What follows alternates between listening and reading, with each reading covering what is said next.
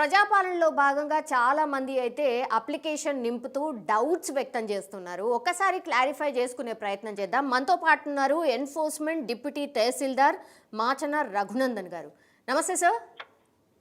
నమస్కారం సార్, ఈ application form నింపేటప్పుడు sir చాలా మందికి చాలా డౌట్స్ వస్తూ ఉన్నాయి సార్.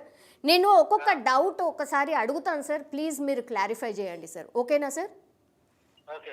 ఎస్. ఇప్పుడు ఫస్ట్ క్వశ్చన్ సార్, కుటుంబ సభ్యుల వివరాల్లోని గతంలోని రేషన్ కార్డులో ఉమ్మడి కుటుంబంగా ఉన్న ఇప్పుడు వేరే కుటుంబంగా ఉంటున్నట్టయితే పొందుపరిచేది ఎలా సార్?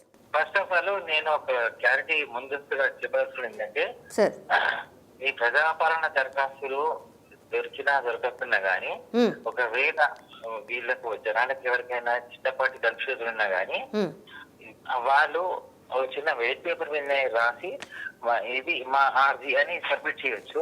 అయితే అక్కడ అందుబాటులో ఉన్న ప్రతిపాదిత నమూనా ఇవ్వాలి అనేది ఉన్నా గానీ ఒకవేళ లభ్యం కాకపోతే వైట్ పేపర్ మీద కూడా రాసి తమ వివరణ రాసి సమర్పించుకునే అవకాశం ఉంటుంది. అంతే తప్పించి అనవసరంగా గందరగోళానికి గురయ్యే అవకాశం అవసరం లేదు. Okay sir. Okay. Next question sir, పాత రేషన్ కార్డులో ఒకే కుటుంబంగా ఉన్న ఇప్పుడు ఉపాధి కోసం వేరే ప్రాంతానికి వెళ్ళి ఆధార్ కార్డ్ అక్కడి అడ్రస్తో ఉంటే గ్యారంటీల ఫలాలు పొందడానికి అర్హత ఉంటుందా? దీని మీద నాకు స్పష్టమైన సమాచారం లేదు. స్పష్టమైన సమాచారం వచ్చినాక నేను క్లారిటీ ఇస్తున్నాను. ఇప్పటి వరకు రేషన్ కార్డ్ లేని వారికి గ్యారంటీల ఫలాలు అందవా? కొత్త రేషన్ కార్డులు వచ్చేంత వరకు సాధ్యం కాదా? ఇది చాలా మంది క్వశ్చన్ సార్. ప్రభుత్వం ఇస్తున్న 6 గ్యారంటీల పథకం అనేది అందరికీ లబ్ధి చేకూరనే పెట్టింది. అయితే దీంట్లో ఎవరు అర్హులు అనేది ఎంక్వైరీలో తెలుస్తుంది కాబట్టి దాంట్లో వాళ్ళకు మేము అర్హులం కాదా అనేది ఖండిత అవసరం లేదు. ఎందుకంటే ఏ ప్రభుత్వ పథకం అయినా కానీ వాళ్ళకి అర్హతకు అనుగుణంగానే అందిస్తారు. ఆ అర్హత అనేది వాళ్ళ అప్లికేషన్ పెట్టుకున్నాక ఎంక్వైరీలో తెలుస్తుంది కాబట్టి అప్పటిదాకా ఈ ఉత్కంఠ అనేది అవసరం లేదు ఎవరికైనా కానీ. కుటుంబ పెద్ద పురుషుడుగా ఉండి గ్యాస్ కనెక్షన్ కూడా వారి పేరునే ఉంటే మహాలక్ష్మి స్కీమ్ కింద 500కే సిలిండర్ వర్తిస్తుందా రాదా? మహిళల పేరు మీద కనెక్షన్ మార్చుకోవాల్సిందేనా? దీని మీద చమురు కంపెనీలో వివరణ ఇవ్వాల్సి ఉంటుంది. చమురు కంపెనీలో వాళ్ళ దగ్గర నుంచి వివరణ తీసుకొని మళ్ళీ మీకు అందజేస్తాను నేను. Okay sir. Next question sir, పాత రేషన్ కార్డు ప్రకారం కుటుంబ పెద్ద చనిపోతే సభ్యులుగా ఉన్నవారు దరఖాస్తు చేసుకోవచ్చా? ఆ కుటుంబ పెద్ద పేరుతోనే విద్యుత్ కనెక్షన్, గ్యాస్ కనెక్షన్ ఉన్నట్టయితే 200 యూనిట్ల ఉచిత కరెంట్, 500 సిలిండర్ సబ్సిడీ వర్తిస్తుందా? కనెక్షన్స్లో మార్పులు చేర్పులు చేసేంత వరకు లబ్ధి అందుతుందా లేదా? కార్డులో అప్పట్లో వివాహం కాకుండా ఉన్న వాళ్ళు ఎవరైతే ఉంటారో ఇప్పుడు పెళ్లి చేసుకున్నట్టయితే భార్య ఆర్ భర్త పేరు చేరకపోతే వారి వివరాలను ఇప్పుడు దరఖాస్తులో ప్రస్తావించొచ్చా? లబ్ధి కలుగుతుందా? ఫస్ట్ ఆఫ్ ఆల్ రేషన్ కార్డులు కానీ ఆహార భద్రత కార్డులు కానీ ఇవేమో జెంట్ పేరు మీద ఇవ్వలేదు, మహిళల పేరు మీద ఉన్నాయి. సో మహిళల పేరు మీద ఉన్న ఆహార భద్రత కార్డులో ఇప్పటి వరకు మేము అడిషన్స్ పెట్టాము. అయితే ఇప్పుడు వాళ్ళకి ఎటువంటి డౌట్స్ ఉన్నా కానీ ఎటువంటి సందేహాలు ఉన్నా కానీ అసలు లెట్ దెమ్ ఫస్ట్ అప్లై. ఎందుకంటే మాకు ఈ అవసరం ఉంది అని చెప్పేసి దరఖాస్తు చేసుకోవచ్చు. దరఖాస్తు చేసుకోవాలి తర్వాత ఎట్లాగో వాళ్ళ వివరాలు ఉంటాయి కాబట్టి ఆ దరఖాస్తులో పరిశీలన క్రమంలో ఏ అధికారైనా కానీ వాళ్ళ ఇంటికి వెళ్ళి లేదా వాళ్ళతో ఫోన్ లో మాట్లాడేసి వాళ్ళకు ఏ రకంగా ఈ ప్రభుత్వ లబ్ధి కానీ ప్రభుత్వ ఫలం కానీ ఎలా అందజేయాలనేది దానికి ఎంటైర్ ఎంక్వైరీ అనేది సరళీకరించి చేస్తారు. అంతే తప్పించి అప్లికేషన్ పెట్టకుండానే అప్లికేషన్ స్క్రూటినీ కాకుండానే ఈ సందేహాలు అవసరం లేదు. Okay sir. Next question sir, ఉమ్మడి కుటుంబంలో నెలకు 2500 ఆర్థిక సహాయం, వంట గ్యాస్, ఆసరా పెన్షన్, రైతు భరోసా, ఇందిరమ్మ ఇండ్లు లాంటివి కదా. సో అర్హతను బట్టి అందరికీ అందుతాయా లేక కుటుంబం యూనిట్గా ఒక్కరికే పరిమితం అవుతుందా సార్? మీ క్వశ్చన్ లో ఉంది అర్హతను బట్టి అందరికంటే. అర్హత అనేది వాళ్ళ ఆర్థిక స్థితిగతి బట్టి అర్హత అనేది ధృవీకరించినప్పుడు ఆ అర్హత అనుసారమే ఎవరికైనా అందుతాయి. ఆ అర్హత అనేది ఏంటి అనేది విధి విధానాల్లో ఉంటది కాబట్టి ఖచ్చితంగా యాజ్ పర్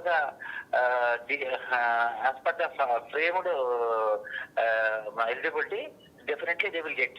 ఆధార్ కార్డులోని అడ్రస్ ప్రకారం దరఖాస్తును ఆ చిరునామా ఉన్న ప్రాంతంలో సమర్పించాల్సి ఉంటుందా, లేక రేషన్ కార్డులోని అడ్రస్ ప్రకారం అందజేయాలా?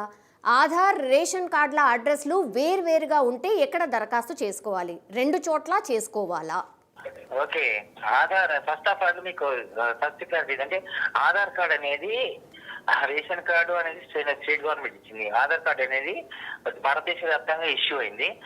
ఆధార్ లో పర్టికులర్ గా ఈ 12 అంకెల నంబర్ అనేది శాశ్వతం. చిరునామాలు అనేవి ఎప్పుడైనా మార్చుకునే అవకాశం ఉంటది. సో ఆధార్ లో చిరునామా కానీ ఆధార్ లో చిరునామా అనేది మీకు 1 ఇయర్ లో 3 సార్లు 2 సార్లు చిరునామా మార్చుకోవచ్చు. సో ఆధార్ లో చిరునామాకు రేషన్ కార్డుకి సంబంధం లేనే లేదు. కాకపోతే ఏంటంటే ఆధార్ అనేది యూనిక్ ఐడెంటిఫికేషన్ నెంబర్ కాబట్టి అది ఎక్కడ పోయినా కానీ అటాచ్ అయ్యి ఉంటది.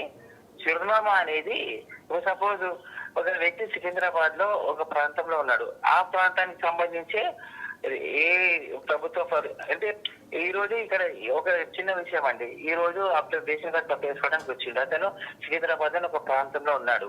సో ఏదో ఒక కారణం వల్ల రేపే ఆ ప్రాంతం నుంచి ఖాళీ చేసి వెళ్ళిపోయాడు. అటువంటిప్పుడు చిరునామాను బట్టి అతను ఉన్న ప్రాంతంలోనే అందజేయాల్సి వస్తుంది. కాబట్టి చిరునామా మార్పు అనేది కంపల్సరీ తెలియాల్సి ఉంటుంది. అంతేకాకుండా ఇంతకుముందు మీకు చెప్పినట్టుగా అర్జీదారు పెట్టుకునే ఆర్జీలో అతని ఫోన్ నంబర్ ఉంటుంది కాబట్టి కంపల్సరీ విచారణ సమయ టైంలో కానీ స్కూటీ టైంలో కానీ మీరు ఎక్కడ ఉంటున్నారు, ఏ ప్రాంతంలో ఉంటున్నారు, ఇవన్నీ విచారిస్తాం కదా. ఆ విచారణ బట్టే నిర్ధారితమైతాయి. Okay sir, next question sir. పాత రేషన్ కార్డు ఉన్నప్పుడు నిరుద్యోగిగా ఉండి ఇప్పుడు ఉద్యోగి, వ్యాపారిగా లేదంటే స్వయం ఉపాధి వ్యక్తిగా మారితే ఆ కార్డులోని సభ్యులందరికీ 6 గ్యారంటీలు అందకుండా దెబ్బ పడుతుందా? ఒక్కరి ఆదాయ పరిమితి పెరగడంతో మిగిలిన వారందరికీ అన్యాయం జరుగుతుందా సార్? ఒక రేషన్ కార్డు లో ఉన్న వాళ్ళలో ఒకరికి ఉద్యోగం వస్తే ఆ ఉద్యోగి అర్హుడైతాడు.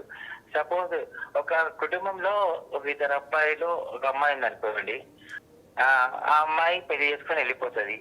సో అటువంటిప్పుడు మిగిలిన ముగ్గురులో కూడా ప్రభుత్వానికి అర్హులుగా భావిస్తే, అంతేకాకుండా ఇంతకుముందే నేను చెప్పినట్టుగా రేషన్ కార్డు ఇష్యూ ఎంక్వైరీలో కంపల్సరీ ఇంటి వారిని కాకుండా ఇంటి చుట్టుపక్కల వాళ్ళని కూడా మేము ఎంక్వైరీ చేస్తాం. అటువంటిప్పుడు ఇక్కడ కూడా ఏ కుటుంబాన్ని కానీ అనవసరంగా అన్యాయం జరగాలి అని ఎవరు ఊరుకోరు, అన్యాయం జరగదు. అట్లాగే నిజంగా వాళ్ళ అర్హులు perfect, everything is perfect, everything is all right అనుకుంటే ఖచ్చితంగా they will get the benefit card. Rythu Bharosa scheme లో భూముల వివరాలు వేర్వేరు గ్రామాల్లో ఉన్నట్టయితే ఆ భూముల ప్రకారం ఆయా గ్రామాల్లో దరఖాస్తులు సమర్పించాల్సి ఉంటుందా, లేక అన్నిటినీ ఒకే దరఖాస్తులో పేర్కొని ఎక్కడో ఒక చోట సమర్పిస్తే సరిపోతుందా? ఓకే, ఇప్పుడు దీనికి ఒకటే సింపుల్ ఆన్సర్. ఆర్జీదారు పెట్టుకున్నప్పుడు ఆర్జీదారు వివరాలు, ఆర్జీదారు సంబంధించిన ఫోన్ నంబర్ అన్ని ఉంటాయి కదా. ఆ ఆర్జీలో ఎప్పటికైనా కానీ ఎన్ని రకాల ఆర్జీలు వచ్చినా కానీ అవి తత్సంబంధిత శాఖలకు వెళ్ళిపోతాయి. వెళ్ళిపోయినప్పుడు ఆయా శాఖల అధికారులు వాటిని స్క్రూటినీ చేసి ఏ శాఖల అధికారులు అయినా ఏ డిపార్ట్మెంట్ అయినా కానీ వాళ్ళు ఏ రకమైన ఎంక్వైరీ చేసి కంప్లీట్ చేస్తే ఆ రకమే విచారణ జరుగుతుంది. ఆ రకంగానే ఆయా శాఖల నిర్ధారిత ప్రమాణాల ప్రకారమే ఎంక్వైరీ కూడా పూర్తి అయిపోతుంది, బెనిఫిట్స్ కూడా వెళ్తాయి. అంతే తప్పించి అందులో పెద్దగా అనుమానించాల్సిన అవసరం లేదు. కౌలుకు సాగు చేస్తున్న భూముల సర్వే నెంబర్లు ఇవ్వడం ద్వారా పట్టాదారులకు కౌలుకు తీసుకున్న రైతుకు మధ్య భేదాభిప్రాయాలు తలెత్తే అవకాశం ఉంటుందా? ఓకే, ఇది రెవెన్యూకి సంబంధించిన క్వశ్చన్. ఈ రెవెన్యూ వాళ్ళు ఎవరైతే అర్జీదారులు ఉన్నారో ఆర్జీదారులు మేము ఏదో గంట సేపట్లో 2 గంటల సేపట్లో ఆర్జీలు తీసుకోవట్లేదు. మాక్సిమం టైం వెచ్చించి ఆర్జీలు తీసుకుంటున్నాము. ఆ టైంలో కూడా వీళ్ళకు ఎవరైతే ఈ అప్లికేషన్ సబ్మిట్ చేస్తున్నారో ఆ సబ్మిట్ చేసేటప్పుడు అక్కడ కన్సర్న్ ఆఫీసర్స్ ఉంటారు, తహసీల్దార్ కానీ ఇతరుల అధికారులు కానీ, వాళ్ళని సంప్రదించి ఒకవేళ ఇంకేమైనా డౌట్స్ ఉంటే కూడా వాళ్ళని అడిగి పెట్టుకుంటే ఇంకా బెస్ట్. అది గృహజ్యోతి పథకం కింద నెలకు 200 యూనిట్ల ఉచిత విద్యుత్ పొందడానికి అద్దెకు ఉంటున్న వారికి మాఫీ అవుతుందా, లేక ఇంటి యజమాని పేరు మీద సర్వీస్ కనెక్షన్ ఉన్నందున లబ్ధి వారికే చేకూరుతుందా సార్? ఈ ఇష్యూలో ఇది యూత్ ఎఫర్ట్స్ కిందకి వస్తుంది. వాళ్ళు ఈ ప్రజాపాలనకు సంబంధించి మనకు ఆల్రెడీ కొన్ని స్పష్టమైన ఫ్రేమ్ గైడ్ లైన్స్ ఉన్నాయి, వాటికి వెళ్ళి చూడమని చెప్పండి. ఎందుకంటే ఇప్పుడు మీరు ఇది అద్దె ఇల్లు విషయం, ఈ అద్దె ఇల్లు విషయంలో ఇంతకుముందు కూడా మీకు వేసిన క్వశ్చన్ ఒక ఆన్సర్ ఇచ్చిన. రెంట్కు ఉండడం అనేది ఈ రోజు కానీ రేపు కానీ ఇల్లు మార్చే అవకాశం ఉంటది కాబట్టి దాంట్లో ఎప్పటికైనా కానీ బెనిఫిషరీకి అందాలనేది ఒక స్పష్టమైన నిర్ణయము. సో ఈ అద్దె ఇల్లు అనే విషయంలో ఎవరైనా సరే ఎంక్వైరీ చేసేటప్పుడు ఎక్కడ ఉంటున్నారని చెప్తే దాని ప్రకారం అందుతాయి. రేషన్ కార్డులో ఒకే కుటుంబానికి చెందిన వారిగా ఉన్న వంట గ్యాస్ సిలిండర్ కనెక్షన్లు ఎక్కువగా ఉన్నట్టయితే వాటికి వర్తిస్తుందా? కుటుంబం యూనిట్ గా లేక రేషన్ కార్డ్ యూనిట్ గా ఒక్క కనెక్షన్ కి సబ్సిడీ వర్తిస్తుందా?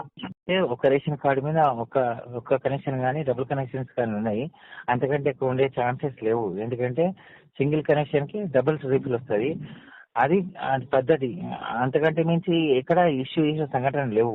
దళిత బంధు ద్వారా జేసీబీ ఆర్ 4 వీలర్ లాంటివి కొనుక్కొని స్వయం ఉపాధితో బతుకుతూ ఉన్నట్టయితే వారికి 6 గ్యారంటీలు వర్తిస్తాయా? 4 వీలర్ యజమాని అనే పేరుతో కోత పడుతుందా? ఈ దళిత బంధు అనేది ప్రభుత్వంలోని వేరే శాఖ చూస్తుంది.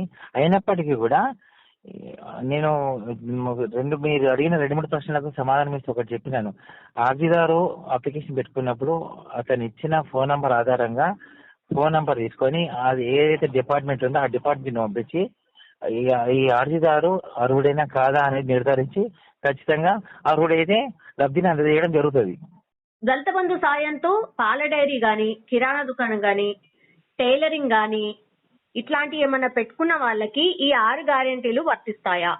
ఇది మీరు అడిగిన ప్రశ్న నాకు స్పష్టంగా లేదు. వాళ్ళు ఏ రకంగా పెట్టుకున్నారనే దానికి స్పష్టత లేదు. ఎందుకంటే వాళ్ళు ఏ రకంగా ఇప్పటికి లబ్ధి పొందినారనే దాని మీద స్పష్టత ఉంటే అది దాంట్లో సబ్మిట్ చేయాల్సి వస్తుంది ఈ అప్లికేషన్ లో. సో అది వాళ్ళు ఇచ్చిన వాళ్ళు ఎవరు ఎప్పుడు ఇచ్చినారు ఇవన్నీ పరిగణలోకి తీసుకోవాల్సి వస్తుంది. కాబట్టి అక్కడ క్లారిటీ ఉంటే దాని ప్రకారం ముందుకు పోవచ్చు. చాలా మందికి ఇట్లాంటి చాలా డౌట్స్ ఉండే సార్. నేనైతే కొన్ని మిమ్మల్ని అడగగలిగిన, చాలా మటుకైతే మీరు క్లారిఫై చేశారు సార్. ఇంకా ఫర్దర్ గా కూడా ఈ స్కీమ్లది అప్లికేషన్ కొనసాగుతుంది కాబట్టి ఇంకేమైనా ఉంటే డెఫినెట్లీ మిమ్మల్ని అడుగుతాను సార్. ప్లీజ్ మీరు కూడా అట్లాగే మాకు ఇన్ఫర్మేషన్ ఇస్తూ ఉండండి sir. Thank you sir. Thank you Ravindra garu. Thank you sir.